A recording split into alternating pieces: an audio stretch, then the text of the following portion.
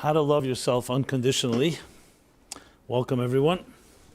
And that's the topic we'll be speaking about, which, as I've been saying in the past few months, these are topics that are actually being generated and suggested and requested by people everywhere. So if there's any topic that you would like me to address, please don't hesitate to just share that with us by either sending us an email or posting something on Facebook and or YouTube. All the channels are open to you. So how to love yourself unconditionally. And this, of course, is based on a key principle, and that is that it is inherent to the human being, the idea of self-love. In using the Talmudic expression, which goes back thousands of years and has a profound understanding of human nature, is that Avas Atzmei, which is the Hebrew expression of self-love, is something that every person has. That's how we're created.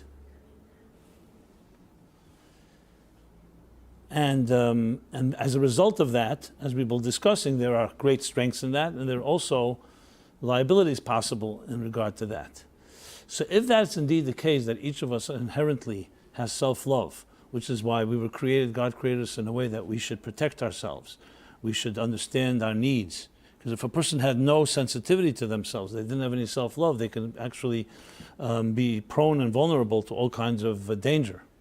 So there's a concept called in Hebrew, it's called, you shall live by these precepts. You shall live, you shall chayecha kodmi, your life comes first. So if a person is not self-loving, doesn't have any self-respect and self-esteem, they actually compromise this creation that God created, which is the human being in the divine image. So then the obvious question is, since the self-love is such an important, is inherent and so important component in our lives, why is it that there are some people that dislike themselves? Very big, basic question, fundamental question. I hope there's no one listening here that dislikes themselves, but as statistics show, people in this world, many, many people do not like themselves, definitely don't love themselves. On the other hand, is the question, since there's the positive side of self-love, is there also a negative side to self-love? For example, self-love can manifest itself in arrogance, in selfishness, in narcissism, because you're so self-consumed that it's all about me, me, me. And how do you distinguish that from a healthy self-love, which manifests itself in self-esteem and self-confidence, which is a very different side of this end of the spectrum? And how do you create a balance in your life of having a healthy measure of self-love and self-confidence, while also balancing it with humility, with selflessness, with commitment to others? Because as we know, that love is not just about yourself, there's also loving others.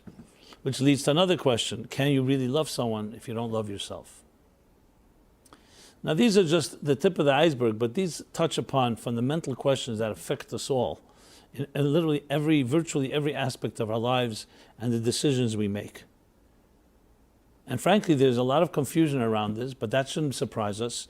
And we live in a world where unfortunately many of us, there's a lot lacking in the area of role models, healthy role models that showed us what healthy love is like. So if you had parents that were healthy and their love was healthy, obviously that gives you a big head start. But in many cases, we have not had such role modeling. So it's obvious that we will be confused when it comes to these matters because we don't have a standard of what do you look up to? What is considered healthy love? What's considered unhealthy love? Where does, as I say, love spill over into selfishness? Where is love balanced with humility? Repeating what I said before. So all this is a critical topic which affects, as I said, literally everything in our lives. And that's what we'll be speaking about. And let's begin with the beginning, and that is the human being and what we're made of. What we're made of. So based on the principles that I've spoken about many, many times in this class, literally I would say almost every week, is that a human being is a soul within a body. We define ourselves often by our bodies, by our looks, by our youth, by our vigor, by our accomplishments, by our class status, how others look at us. But in truth, your real value lies in the fact that you have as a given birthright. Your birthright is that you are a soul, a divine soul. And that simply means that you're not just a negligible or arbitrary entity in this world, but you have an indispensable element to you. In the words of the Bible, yes, created in the divine image. Now that's not meant necessarily as a religious statement, it's meant to state the value of what a human being and what human life is about. So it all begins with what we value, how valuable it is. Unfortunately, I find that even though people don't say it outright, life is very devalued by many people in their own eyes, their own lives and other people's lives as well. I don't know if you remember this back in, when was it? Years ago in Colorado. What city was it? Was it with the killings? The students went and turned on their own friends and they did a killing spree, and then they killed themselves. It was in Colorado. I forgot the city name so long ago. Do you remember the story? Columbine? Columbine? Columbine? It could be. Maybe. Anyway, it was a shocking thing because these were not troubled kids that did it. One morning or one day they came to school with firearms and they just turned on their friends, shot many, murdered many, then killed themselves. And everybody was shocked. Until this day, it still remains a question. Why did they do it? Were they angry? It wasn't angry. It wasn't vengeance. It was like a what do they call? What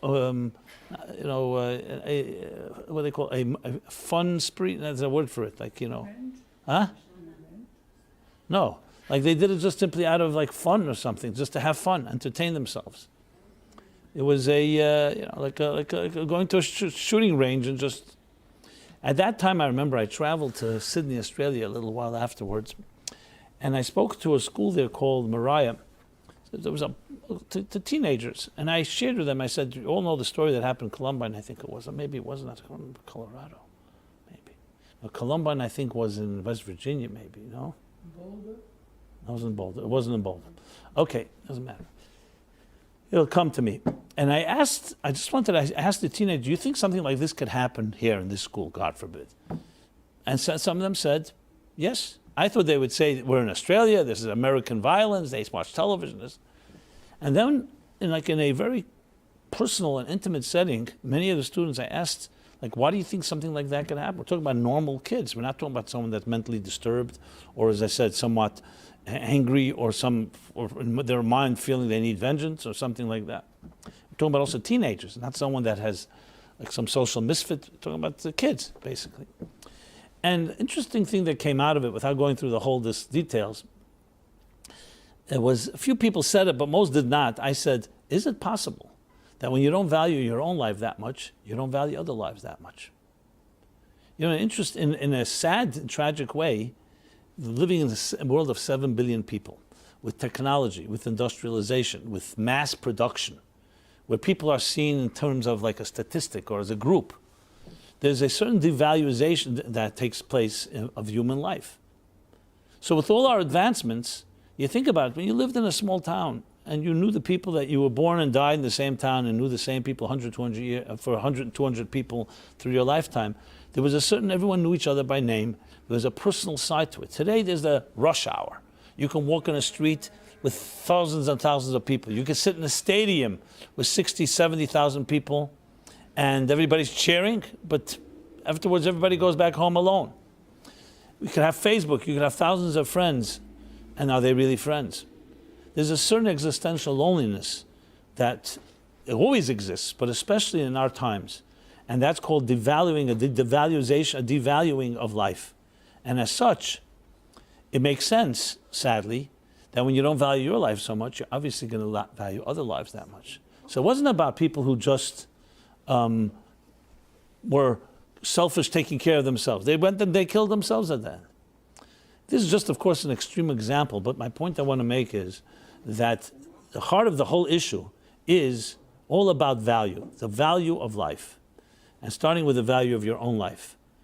Now, interestingly, the founding fathers of this country, the United States, recognized this. What I just described earlier from the Bible, everyone created a divine image, that each of us has that absolute indispensable value. They actually etched it into the Declaration of Independence. The foundation of the Declaration of Independence, which is the foundation of the Bill of Rights, of all human rights and freedoms, is the fact that all men are created equal. I hope they meant by men, they meant all people are created equal. And that by virtue of that fact, we all were endowed by the Creator with inalienable rights. These are words from the Declaration of Independence. Inalienable rights, which means nobody can ever take away these rights because they came to us from the Creator. And as such, since no one created us, the Creator gave us these rights and no one can take these rights. So you see how that becomes a foundation of a country with the rights that we have here. It's already several hundred years that it stands, and so many other countries have emulated this principle. I'm not getting into whether it's always implemented and everyone lives up to it, and whether this country is perfect. Obviously not.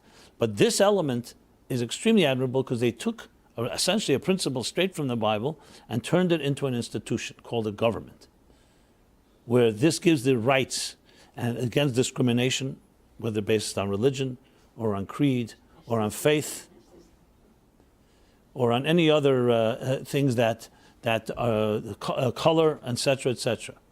So this is a foundational element that describes the essential value of the human being. And that's where it all comes from. So if a person who comes into this world, inherently has that sense that they were created in the divine image and have that indispensable element to them, or in the words of the Declaration, inalienable rights, obviously that leads immediately to a very healthy form of self-love and self-respect and self-esteem and self-confidence, all stemming from one key thing, that you have inherent value, period. Or a favorite expression that I like to repeat, and I use it in Torah Meaning for Life, birth is God saying you matter, that you fundamentally and essentially matter. And not just matter to a few people who love you and a few people in your community or in your group or family, but you matter to all of existence on a cosmic level, and that your life and your choices and everything you do changes the scheme of everything. Now you could say, one little individual among 7 billion people, that shouldn't even be a question today because we know size doesn't count and numbers don't matter. You have 75 trillion cells in your body, that's more than 7 billion, and yet one mutant cell can wreak havoc in the worst possible way.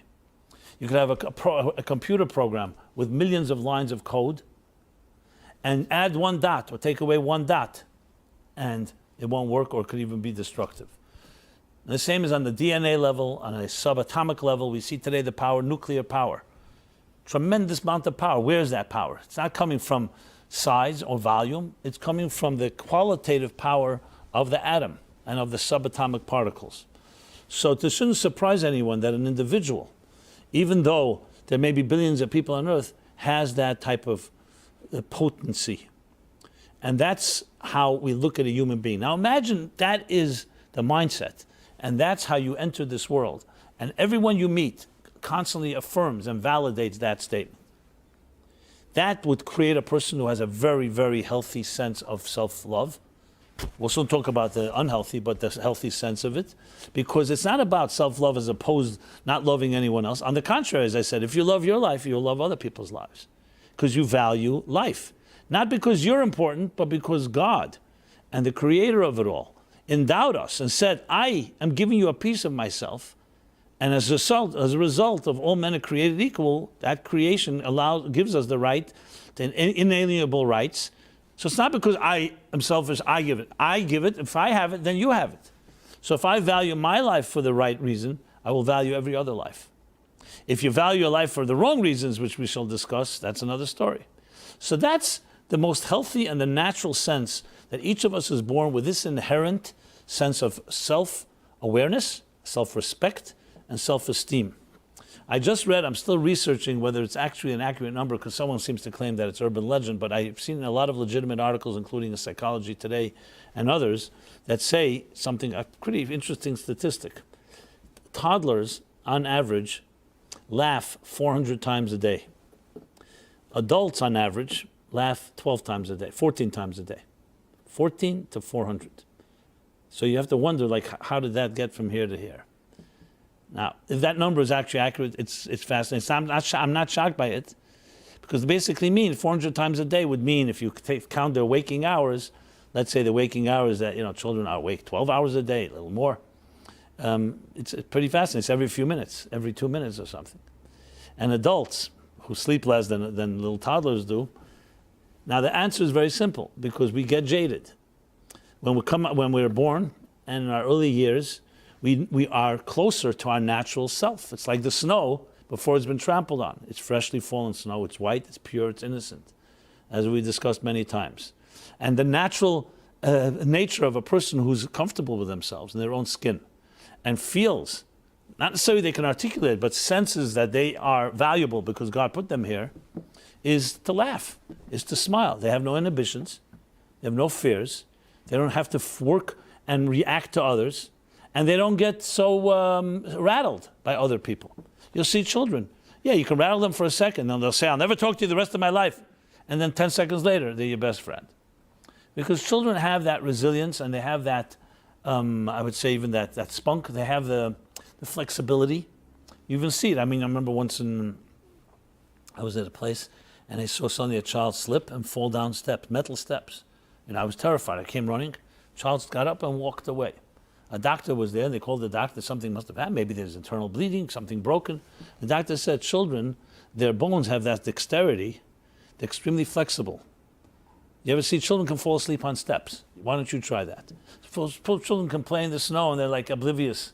And for us, it's a whole thing. I got wet, and my feet are wet, and my shirt is wet, Because there's a certain element of flexibility, dexterity, resilience. I'm looking for the right word, like almost an elastic sense, that they're not yet shaped. One of the analogies given for the like warm ball of wax. A warm ball of wax can go in many different directions. You can shape it, you can define it.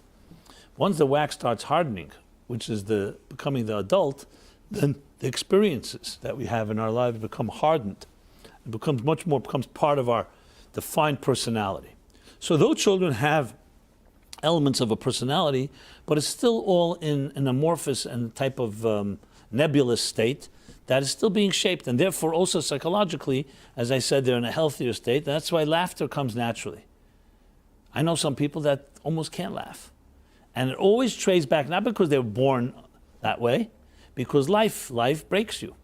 When you grew up in, let's say, in a dysfunctional home, a bitter home, an angry home, and that no one laughed, people were very serious and very despondent and so on.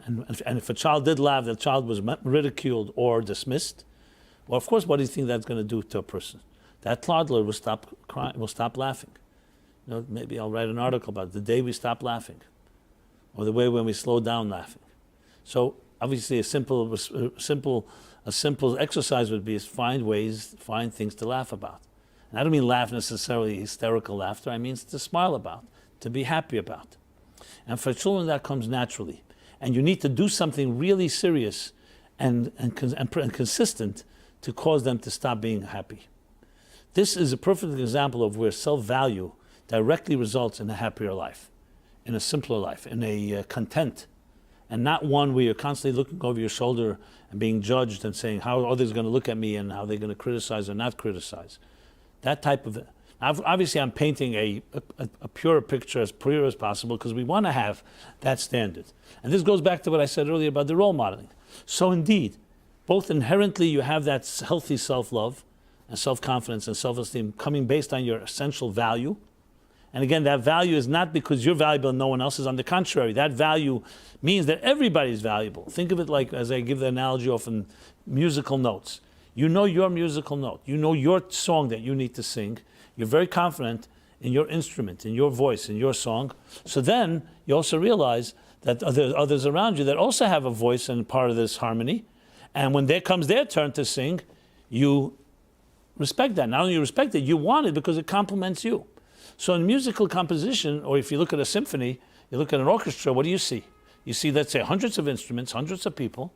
Each one will have their time when they have to play, and some will play. There will be times when they play together, sometimes when one plays one another, but they all understand that when it comes when I have to do my playing, I have to be there completely, and I'm necessary. And they also understand that for me to be complete, I need everyone else to play their song. That's the healthy attitude in love. You love yourself, you understand, you value yourself, and thus you value everything around you. In the words of Hillel, Imena nili mili, if I am not for myself, who will be for me? That means you need to have a healthy sense of self. No one's not over-relying on someone else to save you or someone else to do it for you. But then right away he continues, he says, if I'm only for myself, what am I?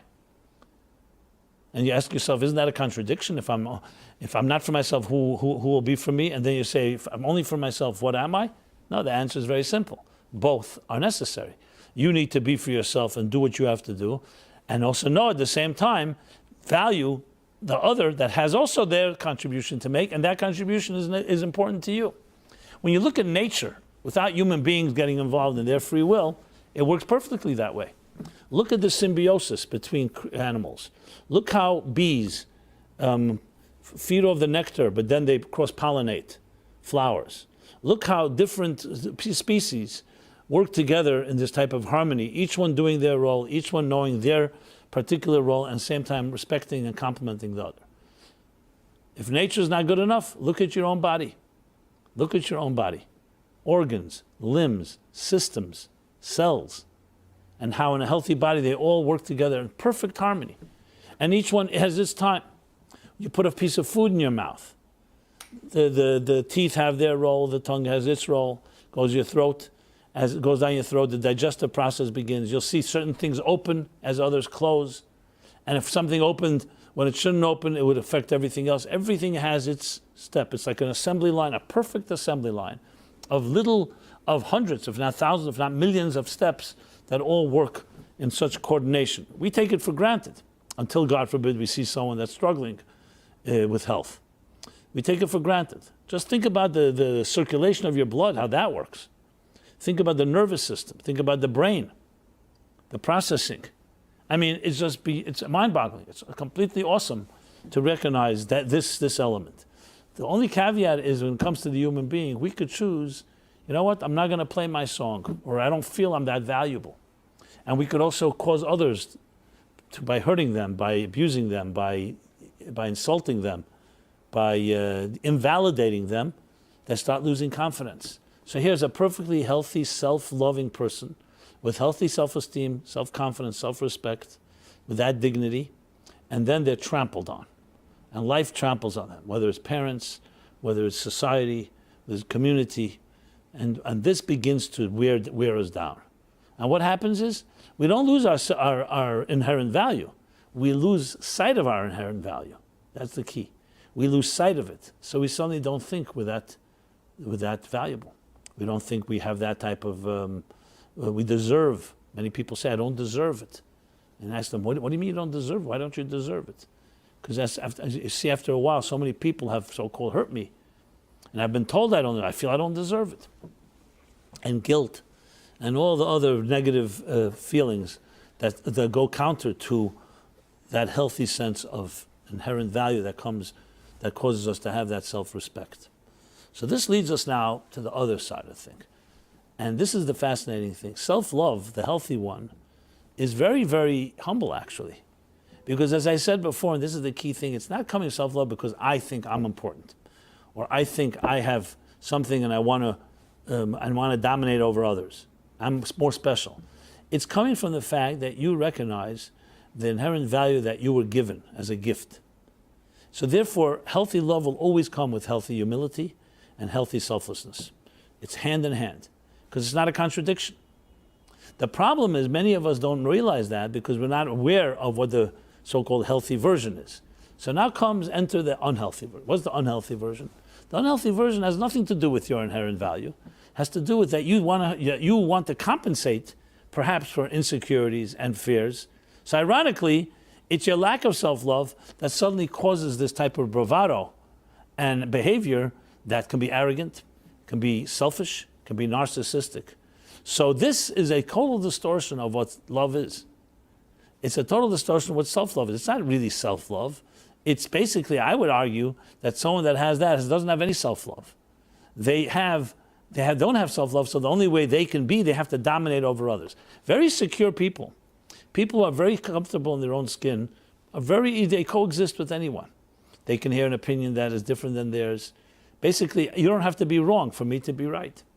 Anyone that says that you have to be wrong for me to be right means you're not secure in your position. You need everybody else to agree with you for you to feel right. Why do you need everybody else? If you're really so secure, all you've got to know is coming from inside of you. Why do you need everybody else? And why do you feel you have to kill the witness or kill someone, kill literally or in other ways, if they don't agree with you? That's just the first sign of someone that's not secure with themselves. So they have to get rid of anyone that has a different opinion. Or they have to diminish them. You see sometimes people who belittle others.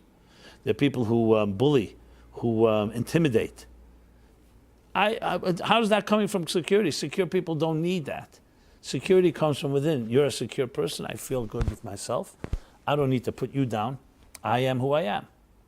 And so the other form that masquerades like self-love is actually really a very unhealthy person, an insecure person. And you can see it immediately from the symptoms. Anyone that needs to belittle or to intimidate or to dismiss others, you have to wonder why. So I know the argument will go, one second, the person is so confident and so convinced of their rightness, the other person is being immoral or wrong, and I need to put them in their place. So firstly, let's not talk now about matters of life and death. Obviously, if you're facing an enemy, someone's coming to kill you, you can't sit down now philosophical discussion and saying who's right and who's humble. We're not talking about that. But you're talking about any other given situation. If indeed you're an intelligent person and you feel so strong about it, why does it have to be in an intimidating way? Why do you have to demoralize another person?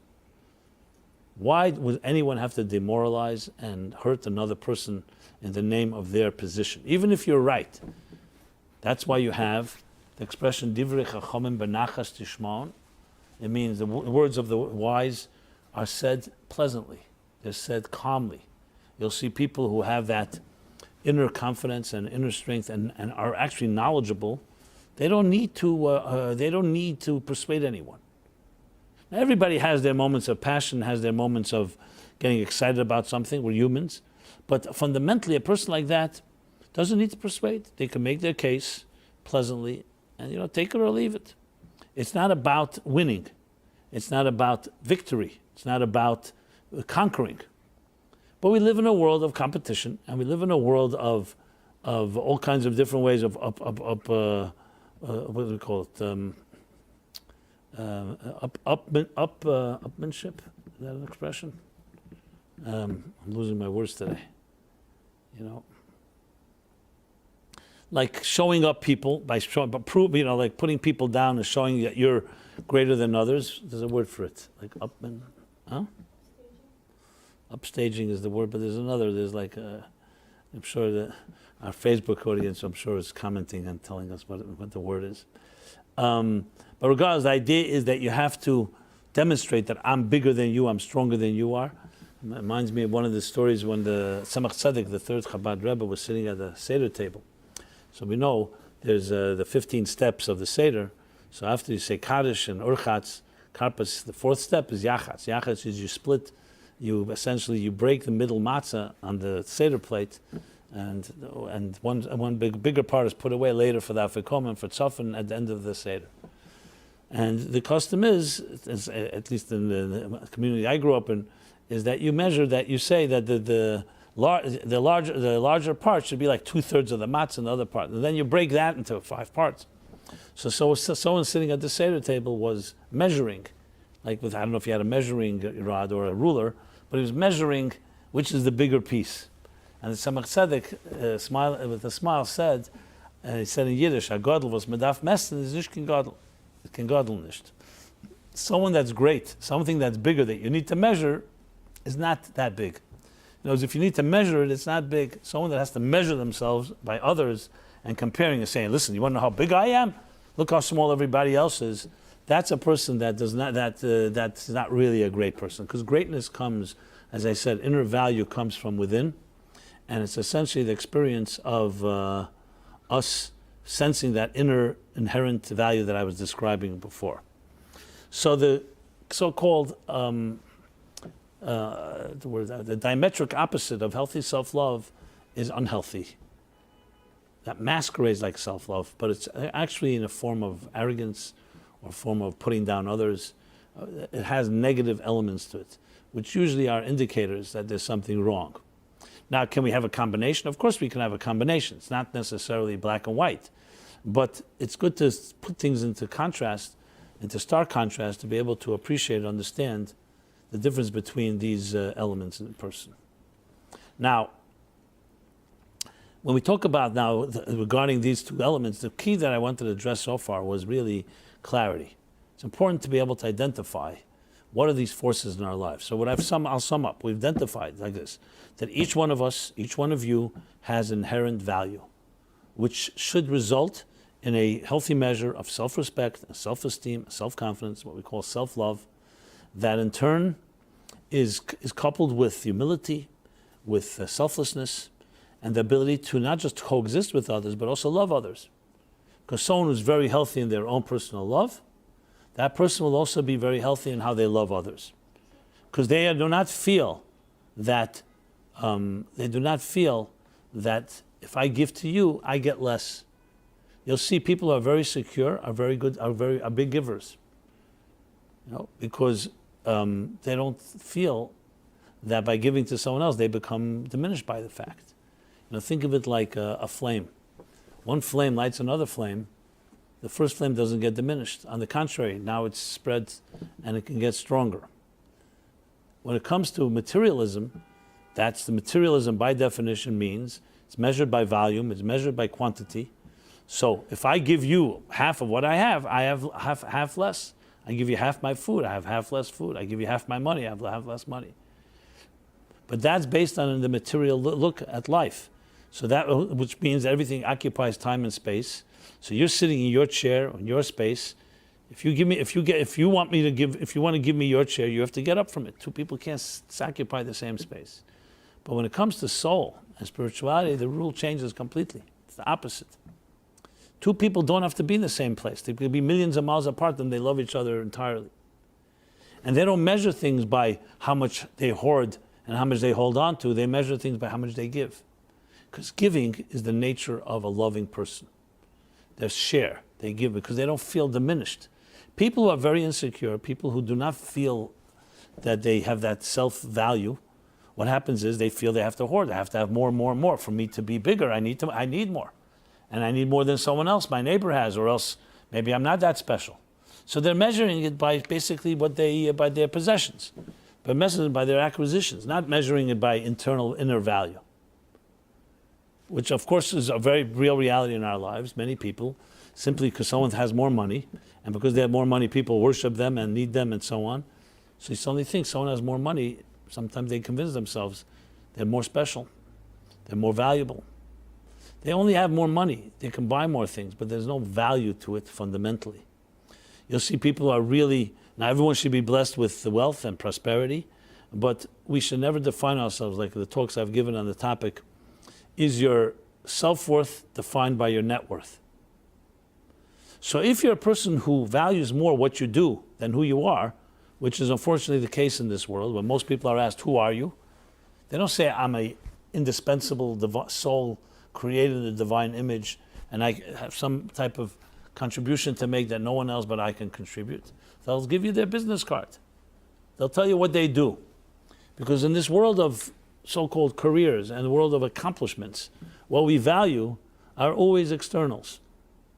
And that includes money and acquisitions and equity and everything that can be counted, so to speak. People who have that inner self-love, yes, they should also be blessed, but they're not defined by what they do, and they're not defined by what they've acquired in life. And that's why poverty will not destroy them, and wealth won't corrupt them. People who don't have that inherent self-value, the awareness of their inherent self-value, money will always corrupt them.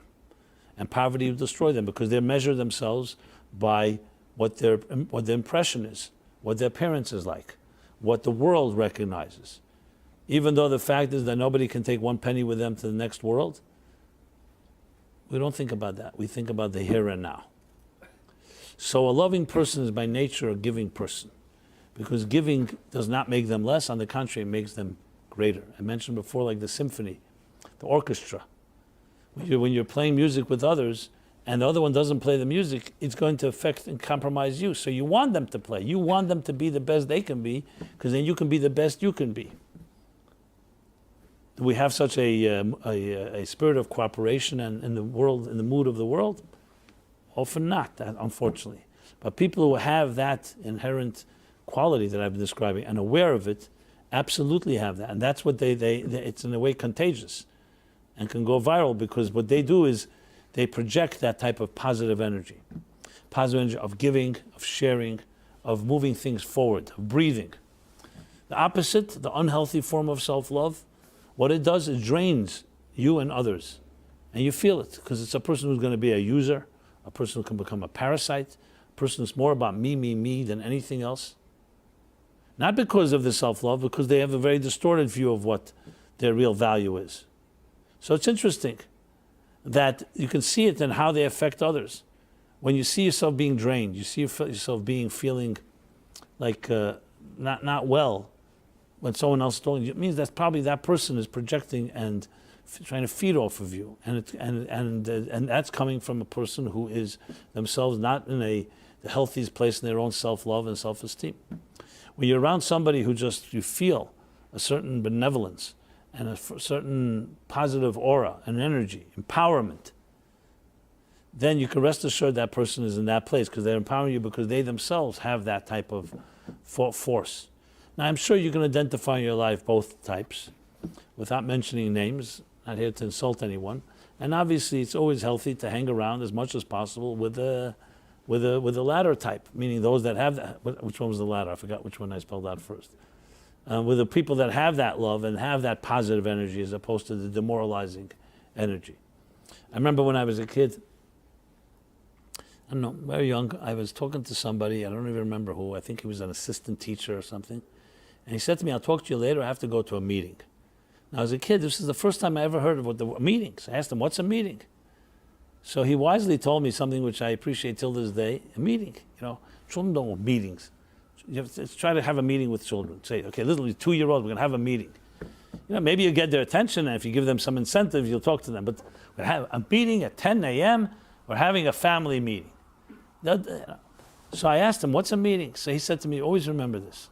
I can't tell you what a meeting is, but I can tell you what it's supposed to be. A meeting either will drain you or will empower you. So when you go to a meeting, just wonder, at the end of the meeting, say, did I feel empowered or did I feel drained? And it works perfectly. Meetings we go to that are tedious, maybe you have to go, there's no choice, and people are just plapping away, everybody their thing, going nowhere. No tachlit, no purpose. Or as the Rebbe would say, a meeting, and then the meeting is we'll have another meeting, And then there's a meeting where you feel empowered. You feel there's solutions, proactive thinking. Here's a problem, let's tackle it. So some meetings are basically therapy for some individuals that just need to have people listen to them, or just feel like we're really discussing it when really there's no discussion. I've been to both types of meetings. And I always smile to myself because I remember what he said was very accurate. So I don't know what a meeting is, but the bottom line is what comes out of it. And there was one, I remember there was a board member on one of the synagogues in Manhattan, prominent synagogue. He says he was invited to the board. He was a wealthy businessman, so he became a new member in the board. First board meeting, he says, literally for 45 minutes was a discussion whether we should change the doorknobs in the shul. Now, he says, I was new, so I didn't want to say anything. After like 45 minutes, and I saw this is going to continue on, and the meeting is an hour meeting, what else, do we have anything else on the agenda? So he says, how much does it cost to change the doorknobs? $2,000, $3,000. He says, in that room, $3,000 was pocket change for every individual. So he says, you know what? I'm going to pay for the doorknobs. And everyone said, wow. They wanted to give me an award, he said. I said, no, but that's not my point. I want to move on with the meeting to other topics. And he says, they really didn't have any other topics. This was a meeting, this is a board was busy talking about doorknobs. And then they can say, we had a productive meeting because we made a decision. Even better, we got someone to donate. But his only incentive was that, which is very true. It's a meeting, I'm just using meeting as an example. This could also be one-on-ones and so on. And you can tell. You can see people, you meet with them, you really feel, you go away uplifted, Uplifted. I mean, to me, that's a compliment when someone tells me I felt uplifted. Remember my literary agent telling me, every time I meet with you, I feel uplifted. And then he told me another name of someone. He says, every time I meet with him, I feel, I don't want to use the expletive that he said, but it was basically drained. Okay? So I hope all of us can be people that anyone that meets you feels uplifted, empowered, feels that things are more possible than you. They smile more after they meet you than before. And then there are other people, you go away, you smile less, and you feel more depressed, or more resigned, and more. Yeah. So the point is, this all is rooted in the inherent value of how you see yourself. And I'm not saying we should come up with this on our own. That's why the Torah, the Bible, begins with that statement. We're 2 weeks from Rosh Hashanah.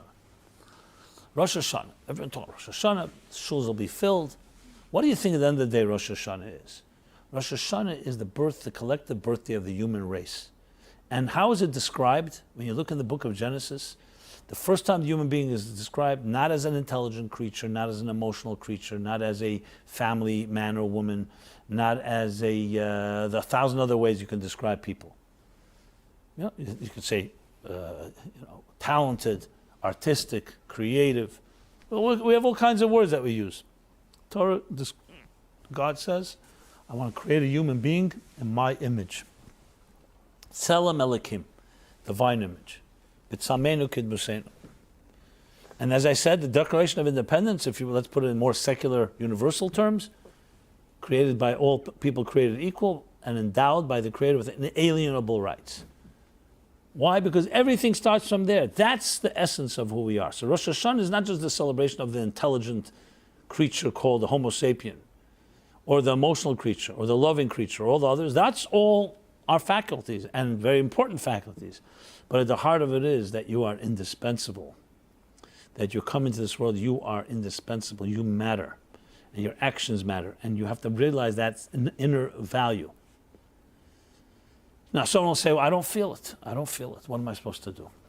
Well, arrogance takes on two shapes. It can take on the shape of bloated sense of self-worth. You're more important and you're pompous and all that. It could also take on another shape, saying, I'm nobody. I'm nobody. But who gave you a right to say you're nobody?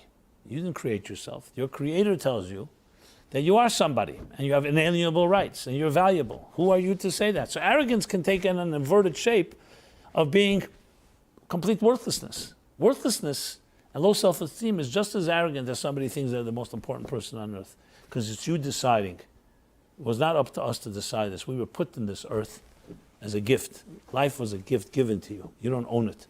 And you don't own and determine how valuable or not you are. Both ways. Not more than, not an overinflated version of it, and not an under one either. Underestimated. That there's an inherent value to who we are. They have the joke they tell about Rosh Hashanah or Yom Kippur, whenever you can fit it into whatever you like. So a guy in the synagogue comes to shul, a simple guy, and he sees the rabbi is standing and with the eyes up to heaven saying, I'm nobody, I'm nothing, I'm nobody, in the eyes of God. Okay. Then he sees the gabbai, what do we call the beadle? I don't know, the assistant rabbi in the synagogue, also saying, I'm nobody, I'm nothing, I'm nothing, I'm nothing. And then the simple person, following their lead, starts saying, I'm nobody, I'm nothing, I'm nothing. And the rabbi looks to the assistant rabbi and says, look who thinks he's nobody. They don't like that he was saying he's nobody. Because they felt they were somebody. Anyway, you get the joke, you get it, you don't. I'm trying to add laughter to the 14 times a day and see if we can do 14 times right here in the class. That would be an achievement. And then take it from there. So, my friends, it comes down to this, that we have this inherent sense of value that we should have. And the fact that some people don't like themselves is an aberration. It's an aberration. It would be like saying that you don't have the confidence in something you have total confidence in. People lose confidence. This is the key thing is to remember that just because you don't feel it doesn't mean it's not there. So the fact is we need sometimes to be told that this is the way it is. Children are born into this world. They did not create themselves. And the parents didn't create them either, because the parents are also one's children. We're put here. And having that sense of, I would say, humility and respect for the gift of life that you were given is the first and foremost thing to remember. Because if you don't have that, then you start deciding, so you could decide, you know what, I don't like myself. But you have no right to make that statement. Because the creator of this world likes you and put you here. So if you're going to tell him and say, you know what, I don't agree with you. Who are you to say that you don't agree? You have no such power. And I'm not saying that in a way to insult anyone. It's just recognizing that there are things that are gifts of life that we need to respect and we need to honor the blessing of life. And that includes the blessing that, as we say every morning, which is like a mini Rosh Hashanah every morning, we say, Moda ani, I acknowledge to you, that you have returned to me my soul. So this is a first exercise that any one of us can do, and this is a strong suggestion I'm making, especially coming to the New Year and Rosh Hashanah, and that suggestion is that you want to start building, or I would say reclaiming your birthright. You have to do something about it. You can't just have a meditation and just talk about it or listen to what I'm saying. You have to implement something. So the first implementation is that every morning, whether you say this prayer or not, to say it with this intention. Every morning, as soon as you wake up, the custom is even before you wash your hands, before prayers, before anything. So that's a moment that everybody has a few seconds. Nobody has a business meeting the second day awake. Before you check your texts and so on, simply say a one-line statement, whether it's in Hebrew or whatever language that works for you. I thank you for returning my soul to me, for making me indispensable, for making me, giving me that inherent value, renewing my contract with you, and that I have the ability and your vote of confidence to accomplish something that only I can accomplish. A simple thank you. But that thank you, as we know today, gratitude has recently become very popular as a healing element, making people healthier. Gratitude, but it's also not just gratitude, it's also recognition of what you really are. You'll say, well, I'm not in the mood. We're not talking about moods now. If you're going to be up to your mood, then you're going to die with your mood as you live with your mood. We're trying to rise above our moods and rise above our self-perception, trying to reach something that is deeper. And sometimes to access that, you have to simply act on it. You know, people who have lost confidence, let's say an athlete has lost confidence in their tennis game, or in other areas of athletics, or sports, or achievement.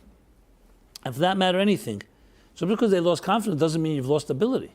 So a good coach is going to kick in the pants and say, listen, let's get out on the court and start hitting. You say, I don't have confidence. You start hitting.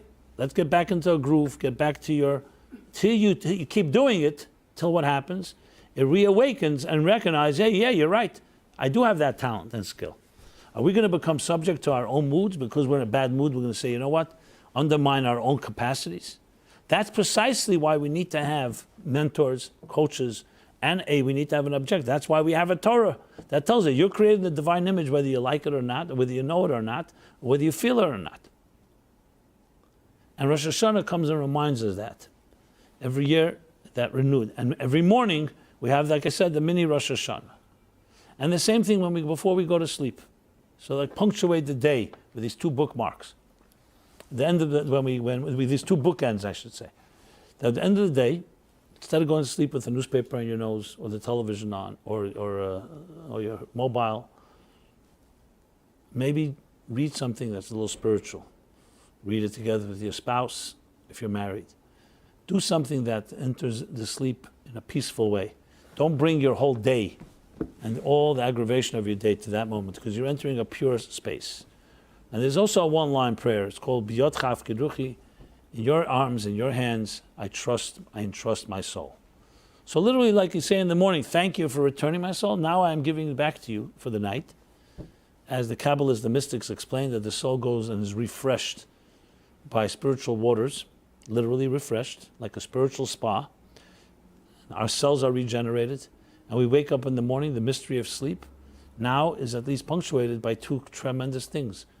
That before you went to sleep, you went with that attitude and saying and recognizing the humble attitude, I return my soul to you for your safekeeping.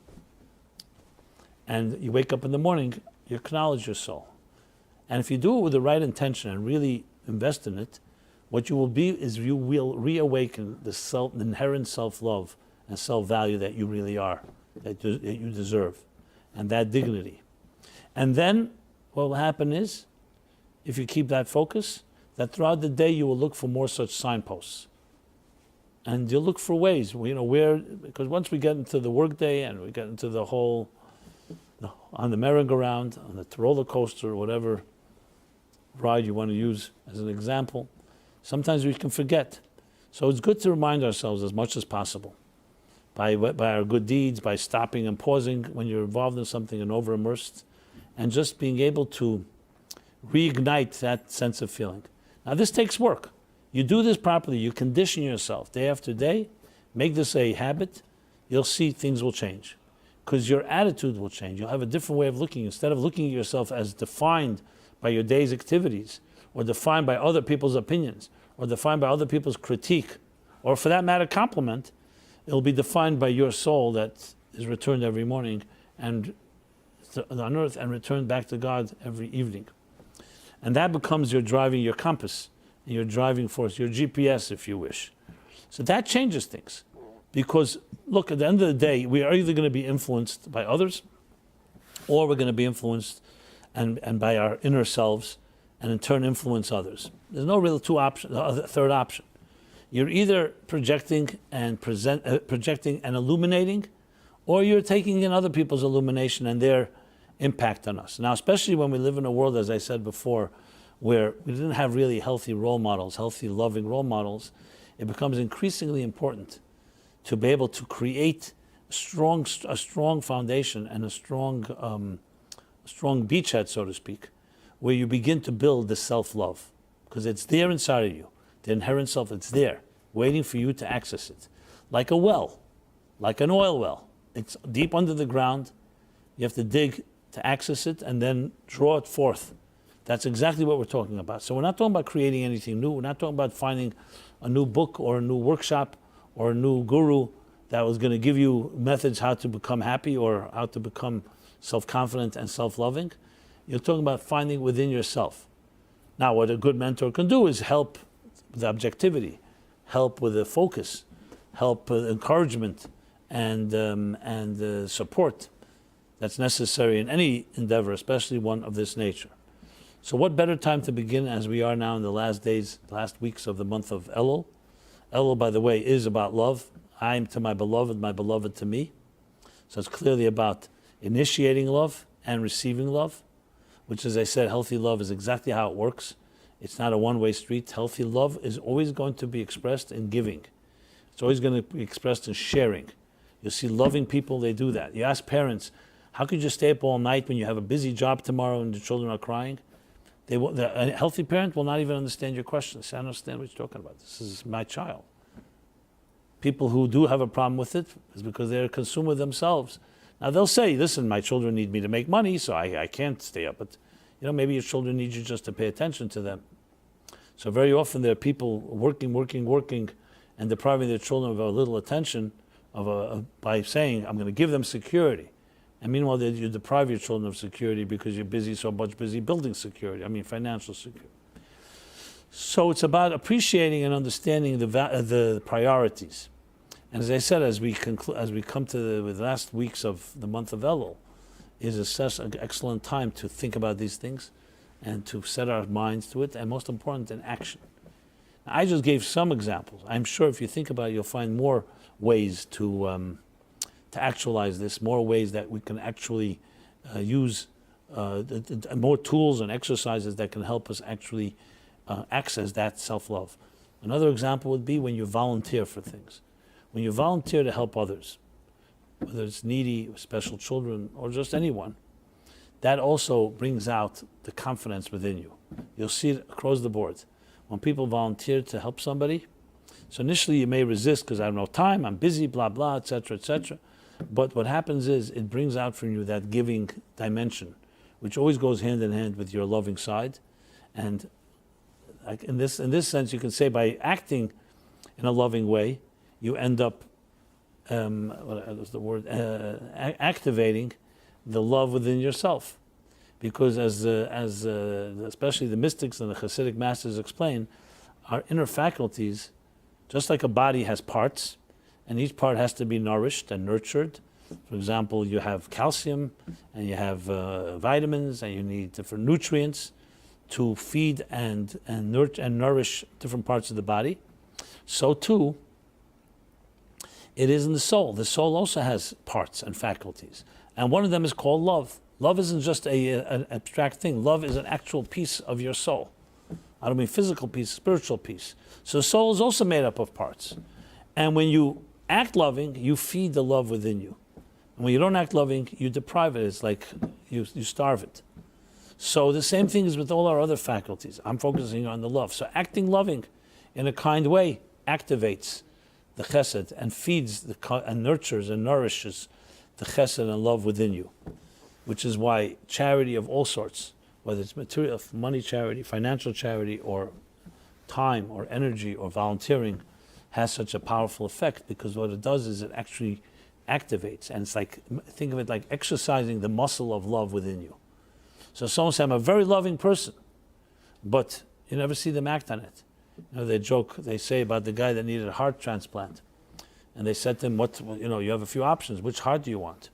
So he says, he saw on the other floor, he says they saw somebody dying, was a very, very wealthy man. He wants his heart. So they say, why his heart? He says, because he's never used it. It's completely new. It's fresh. So obviously this is somewhat of a humorous statement. He wanted a new heart. We know a healthy heart is one that's used well.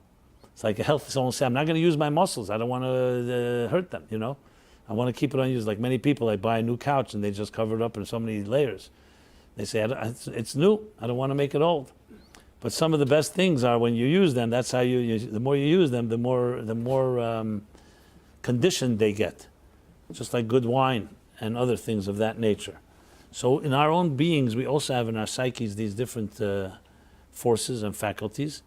So people say, if I had love, I'd be loving. And the response to that would be, if you'd be loving, you'd have love. So sometimes it's your heart follows your investment. I remember years ago, met a big fundraising consultant, and he said to me, remember the rule. People think, mistakenly, that people's investment follows their heart. If you can get someone to be emotionally connected to your cause, they'll give you money. He says the other way around. Their heart follows their investment. He says when they first established the synagogue system in the United States, they wisely understood that they made a condition that if anybody wants to bar mitzvah or bat mitzvah a child, they need to be a member in the synagogue. And a member is $1,800, $1,200, whatever it was. He says, what was the point? These people never came to synagogue, but because they wanted to bar mitzvah their children, they became members.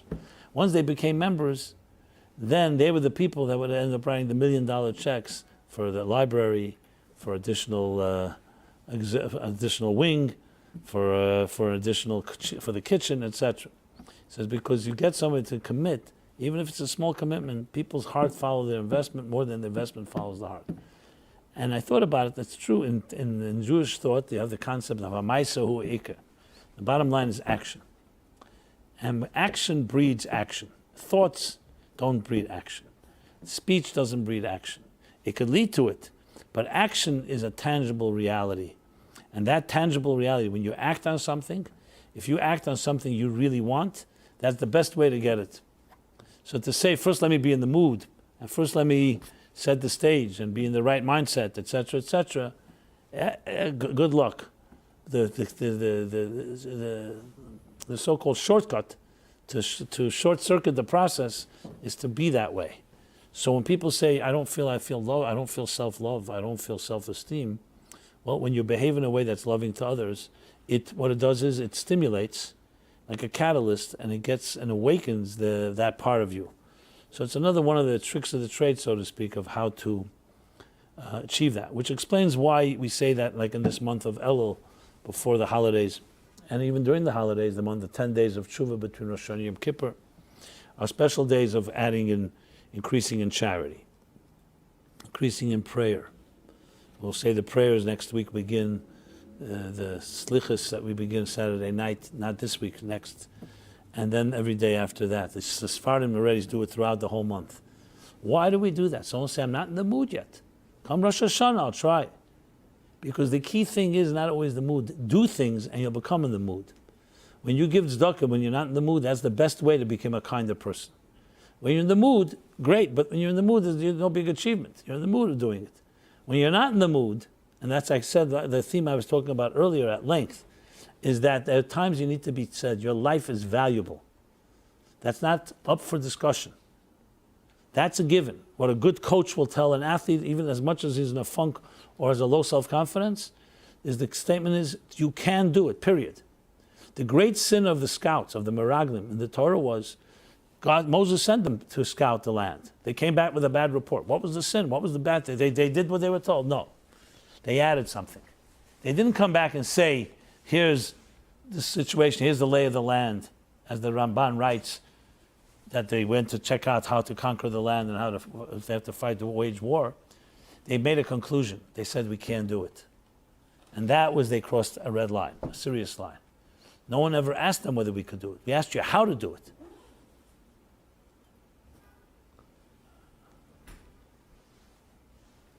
It's not, we don't control the weather, not just the weather, but also the W-E-H-E-T-H-E-R. It's not whether we can or not. We for sure can. The question is how. And that's why, for example, God forbid, suicide, or any type of self-destructive behavior is unacceptable, period. It's a sin, actually. Because it's not your life. God gave you life and says, this is what I told you, I have my vote of confidence. You don't have a right to challenge that vote of confidence. You could figure out how to do it. You can pray that it should be done easily, shouldn't be with that many challenges. But you absolutely can, and you need to hear that. There are things that sometimes we have to be told that's how it is, because if we're left open, with one little door open, back door, we'll bring all our negative stuff and negative energy and say, maybe it's not really true. So comes Rosh Hashanah and comes these days and I said, this is what you have to do, and yes, stuck is a mitzvah, you have to do it. You say, well, I'll do it when I'm in the mood. That's not what we're talking about. You're doing it because this is the exercise that you need to do. It's like a mandatory exercise every day, and that's how you get your muscles flexed, and that's how you get yourself growing. So, my friends, how to love yourself unconditionally is really should be rephrased and say how to access your inherent value. And then naturally you will love yourself unconditionally, in a humble way and in a selfless way. And definitely not in the ways we talked about, in those negative ways. So when we say Anila Deidi V'Deidi Li, it's a verse in the book of Song of Songs. And in contrast, it says, I am to my beloved to I. But then there's another verse that says, V'Deidi Li V'Ani Loi. My beloved is to me, and I am to him. And it's explained, what's the difference? The difference is who's initiating. Are you initiating? Or is God initiating? Or is your beloved initiating? So in the month of Nisan, Passover, there we say, Nigla le'em malcham malcham lochem HaKadosh Baruch Hu v'ga'olam, that God revealed himself, God took us out of Egypt on the wings of an eagle from above. So there it goes, our beloved initiated and lifted us, and then we reciprocate. But this month it goes the exact opposite. It's up to us to initiate, because in many ways that's much deeper, because it's saying access the inherent value you have and show love. Initiate. Don't wait. I've shared this a few times, a very powerful thought that I heard from someone who heard it from my teacher, my Rebbe, from many years ago. He was explaining that there are three types of love. There's a love that when your beloved asks you to do something, even if it's inconvenient, you do it. You love them, that's what you do. There's a deeper love, that even if they don't ask you to do it, even if they don't ask you to do it, and they just allude to it, they hint to it, you don't make believe I didn't hear, you also do it. So that's deeper, because you don't even hear explicitly, but you got the hint and you do it. And that's still not the deepest. What's the deepest type of love? The deepest type of love is you didn't hear, your beloved did not ask you, they didn't even hint or allude to it, but rather you anticipate what would your beloved enjoy. And without their expecting it, without requesting it, without hinting to it, you do it. That's the highest level of love, the highest level of commitment. And he explained that this is the difference between the written Torah, where clearly the laws that are stated, there are certain things, like example comes Rosh Hashanah, Yom Kippur, Sukkot, these are written law Torahs, they're mitzvahs, they're holidays in the Torah, with guidelines, and guidelines include what we're supposed to do and the joy involved and so on, especially Sukkot. Then there's a deeper love. There's a deeper level. And that's the laws that are given to us by the rabbis. Nothing in the rabbinic edicts and laws exists without it being hidden somewhere, but remizah somewhere in the Torah. So it's only hidden. That's why chavivin alai, that's why it's even more precious, because the love that comes from that means not just explicit, you derived it from something that was hinted to. Like, for example, Simchas Beis HaShe'eva is an example, which is even a greater joy than the actual joy of the mitzvah of joy and Sukkot, because it's coming from something that was hinted to. And then there's even a higher level, the joy and the love that comes from things that the Jewish people throughout history initiated on their own. A minig Yisrael, a custom. Example, Simchas Torah. Simchas Torah doesn't say anywhere in the Torah. Not hinted to. I mean, there are some alluding to things, but it's not hinted to in any conventional sense. It's complete minig Yisrael. And when is the greatest dancing all year round? On Simchas Torah. Why? Because it's completely initiated by Anila Deidi from below. And that has a power that's far beyond any other power. Try it out in your marriage. Try it out in people you love. Initiate something they didn't expect. You'll always see there's a power to that that's greater than things that are expected or hinted to. Because it's coming means that you went out of your way and you anticipated and you figured out what would give pleasure to somebody that I love. As a very different dimension. That is the one that exercises the deepest muscles of our heart, even more than the first two. The first two are also powerful, but that one takes on a new shape, and that's why, in a way, the Elul Anila Deidi, which comes before Tishrei, before the holidays, before the revelations, has a certain power because of its initiating. Like when we say in the morning, I mentioned before, Moda Ani, again, Ani, I acknowledge. It's again initiation. There's the power of initiating something on your own is the single most powerful thing. Think about it in school or in any type of work. If you challenge a student, if you give a student everything on a platter, and they may achieve something and they may learn something, but if you challenge a student, and not just a student in school, this can be a worker, this can be a coworker.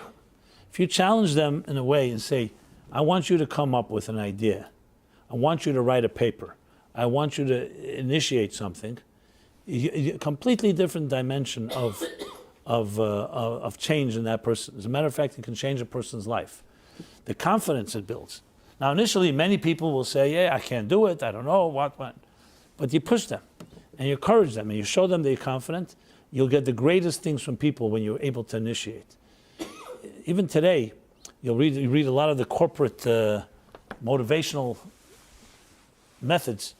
One of the key things that everyone says constantly is get your workers, get your subordinates to initiate. Have a meeting, hear from them what they think, not just to make them feel good, because sometimes they'll say something that will be completely fresh and completely innovative that you would never imagine. Besides the fact that the empowerment that comes with that is also tremendous. Unfortunately, we live in a world where sometimes efficiency is so important, and it's so much more about control than about really getting people to really to stand on their own feet. Like the Mishnah in the Pirkei Avos says, "V'himidu talmidim harbe." So the question is asked. It should say, "V'chinchu v'lilmedu." Why it says to stand up, to raise up many students. It should say to educate students, to inspire students, to teach them, whatever the word is. What does himidu sounds like when it's just established, just to have a number game, like have a lot of students to show you have a big, a large, what's it called, audience. Himidu means to make them stand on their own feet. It's the ultimate education where you're not just teaching people information and data, but you're getting them to learn to initiate. Which means even long after they leave the school and long after they're not in the presence of their teacher, you've taught them a methodology to solve problems. which is the greatest possible gift you can give someone, because it means I haven't just given you information, I haven't just given you answers, I've given you the ability, like say I haven't just given you the fish, I taught you how to fish. The ability that whatever situation you're in, you'll know what to do. You'll be able to figure out. The confidence that that builds and how it feeds into our inherent self-value, that is our divine birthright, is impossible to really describe. I've seen it with my own eyes. You see it with students in school. You see students who are either very down on themselves or demoralized, or they may even have some type of learning deficiency. Look at the pride that they have when somebody believes in them, when someone gives them the ability to initiate something. It may be small, but it came from them. That is the key to really building confidence. So to say I'm going to just enable you, you know what, I know you're not that, I'll just keep enabling you, it may be good sugar coating, it could be good sugar pills, but it's not empowerment. So to go back, to really develop that inner self-love and empowerment comes from that type of approach. Now there's a lot more to say, and I'll be saying things I'm sure in the coming weeks, but I think suffice it with this, that, and I hope I did justice to this theme, that each of you, everyone has that value, period. It's not even that's not up for negotiation. The fact that you feel or don't feel it is not going to change the reality. The key thing now is to figure out how, not whether, how.